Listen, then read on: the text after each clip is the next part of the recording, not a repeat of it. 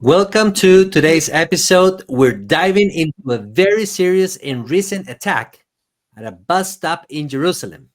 This attack has not only shaken Israel, but also raised big questions about security, politics, and the ongoing conflict in the region.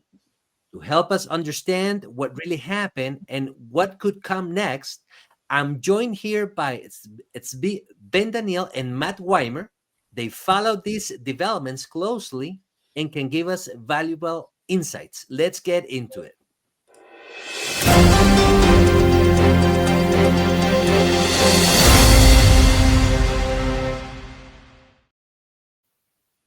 Hello, Matt, Zvi. Welcome back to this new segment. Matt, can you briefly explain what happened at the Jerusalem bus stop on September 8th and why is this attack being described as one of the deadliest in recent years in Jerusalem? Thanks, Harold. Yes. So the attack occurred in north of the city of Jerusalem, just north of the entrance on the north side, in a area known as Remote Junction. And as you can see on the video there, a gunman at the bus stop there opened fire on civilians across that bridge there, killing 6 and wounding 21. Wow, amazing. Very very scary. Now, how do you know how did Israeli authorities react immediately after the shooting? Yes, they actually are. They sent troops along. They're patrolling the area near Ramallah, where the near the West Bank border, um, showing basically they're trying to prevent more of this happening. But yeah, they sealed off villages near Ramallah and launched manhunts for accomplices, and they arrested a suspect in East Jerusalem who was believed to be involved, Mm, according to a Washington Post and a Reuters article. hmm. Okay, I hear you. What a very this is a very complicated situation. Now, some critics say demolishing the attackers' homes and revoking permits amounts to collective punishment. What's your take on this, Matt? So the as far as the it being a collective, like a collective punishment, yeah, I'm not sure if that's the intent behind it, but I, that from what I understand is what's being reported. Um, but it's specific to. I saw a Reuters article saying that this was done by a wing of the of Hamas known as Al Qassam. Al Qassam, I think, is how that's pronounced. I was going to ask you for that. Yeah, because as far as I understand, Hamas and Islamic Jihad praised the attack, Mhm. but didn't officially claim responsibility. Right? What does that tell us? Correct. Yeah. Almost all of the articles I've been seeing have shown not claiming but praising the attacks by these two terrorist groups. Um, Hamas is the only one I'm showing, or I've seen where that specific armed wing claimed responsibility, but not Hamas as a whole. Mm, Mm. okay. Now, do you think could this attack escalate into a larger conflict, or will it remain more isolated? These things could always escalate. They all, depending on how Israel continues to react to it, how the government reacts to it, it can definitely escalate. Um, but it could also, tame down to depending. It just all depends on the reactions on both sides, and how the protests may go. that might light up in Israel. Hmm. Now, there's big tension in terms of the international, at an international dimension. We saw reactions from countries like France, Spain. How important is international condemnation in situations like this, in your opinion, Matt?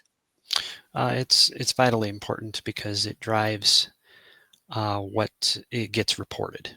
So each time a prime minister or a president of a country, or any leader of a country presents a condemnation or um, uses various terms that are related to condemnation, it presents a narrative, whether true or false, that drives the media narrative um, of various R- outlets of how the story ends up being presented right. to one. Which takes me to the next question, Matt. And I'm sorry, I have so many questions about all Sure. this.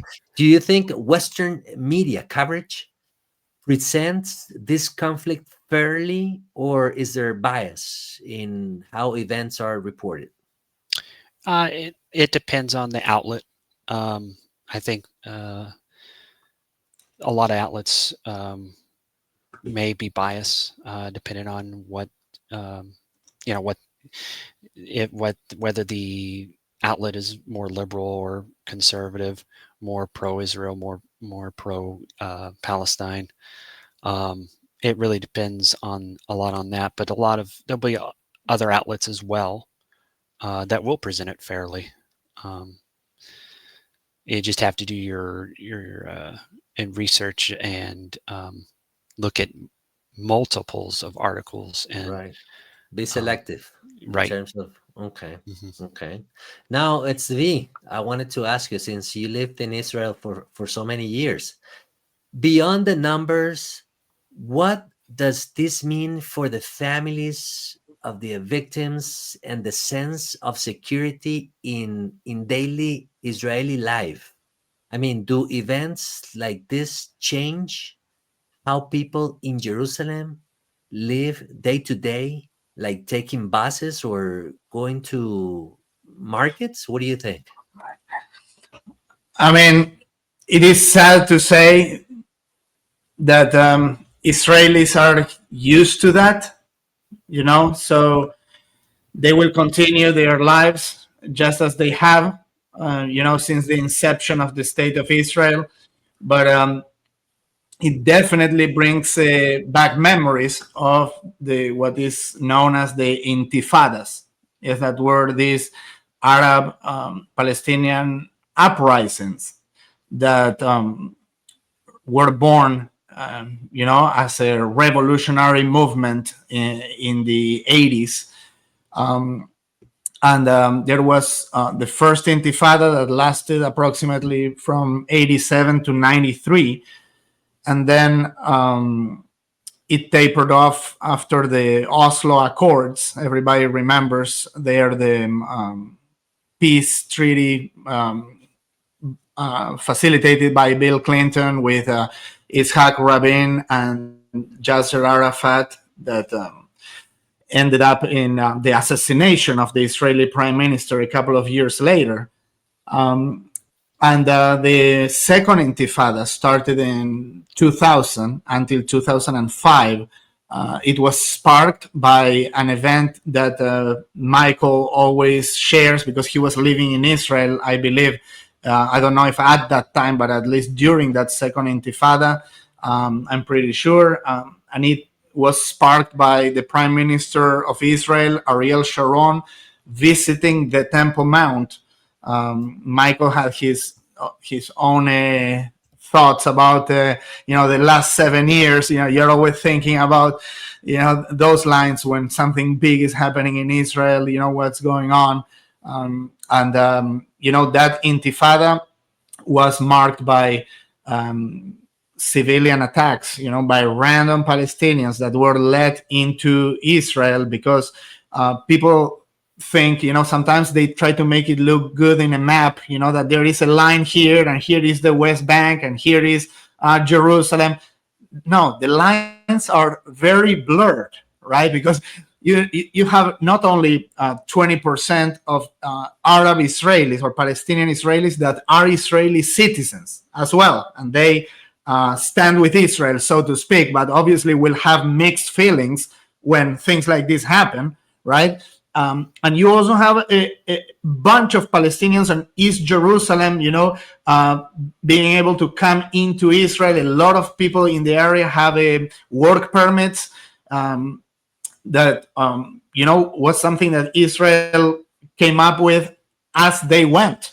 And things like these uprisings and violent attacks, ended up with Israel building literal walls, like one would imagine the wall between, that Trump wanted to build with Mexico. It's like nobody comes this way unless it's through very tight controls and checkpoints. And it unfortunately, speaking as an Israeli but with some sympathy for the majority of the Palestinians that will just go to Israel to make a buck, and now their lives were affected because of there was a substantial radical faction, of younger Palestinians that want to, by violence, achieve, their vindication. Right, right. But that's right. That's kind of like my point. From a security standpoint, it's what lessons might Israel learn from this attack? Because we know that there are some security checkpoints and all these walls. I mean, what else can Israel do to, Yeah, there is absolutely nothing, right? It's kind of like you can compare it with insecurity, right? In our Western countries, like sometimes, yeah, you can increase police presence, but it's a big city. There are criminals, right? They will always get away, and then they will be caught. In this case, probably killed. They believe themselves to be martyrs, right? Because they are avenging, what they see as an injustice. Unfortunately, they take it upon civilians. That's what they have access to. Sometimes they will go against soldiers. They go and try to stab a soldier. Sometimes they are successful. Sometimes they are not. Definitely not a solution that can be achieved by Israel anytime soon, as things are looking. Very, very sad. That's why we keep continue saying, we definitely need Messiah to come soon. Yes. Now, Matt, do you think there's still hope for political solutions, or has the conflict entered a new, harder phase? What do you think? I think it's probably more status quo as far as they'll try to, other countries, probably including the United States, will try to push for another ceasefire. And one side or the other will reject it. And then the fighting will just continue until something, something changes the status quo, whatever that may be. Right. Right. Yeah. Now, finally, Matt, what message do you think the world needs to hear right now about this situation in Jerusalem? I think that the world just needs to hear that Yehovah is in control. Amen. And to continue to pray. Understand that these things are going to continue to happen. Wars and rumors of wars will continue to happen. And but ultimately, Yehovah is in control, and to rest on that and to continue to pray. Amen. Amen. Well, thank you both for your insights, and also we like to encourage our audience to, like Matt was saying, to continue praying for the peace of Jerusalem. That's how it is established in the scriptures, and that's our duty, right? To continue praying for the people of the book. And you know And what else? You know what else we need to do, Harold? yes, sir. Tell To me. give a shout out, to our YouTube members and to thank them because it is with their help that we spread this message and put out, not only these segments but a lot of content that goes out in the channel, on the website at roodawakening.tv, and all the social media channels. So thank you so much for all the new members out there, and there is a exclusive content that we're putting out every week on the channel.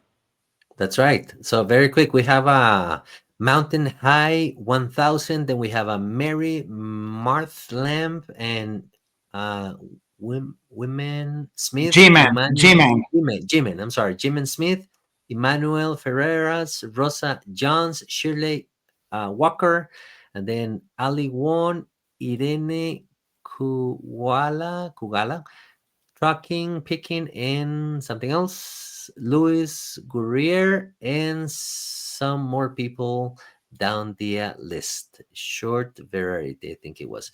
Anyways, we like to thank him again in on behalf of the ministry, Rood Awakening Ministries, and on behalf of our brother Michael Rood. Thank you so much for your support, guys. Thank you also. Jehovah bless you and keep you, and we'll see you until next time. Shalom, shalom. Shalom.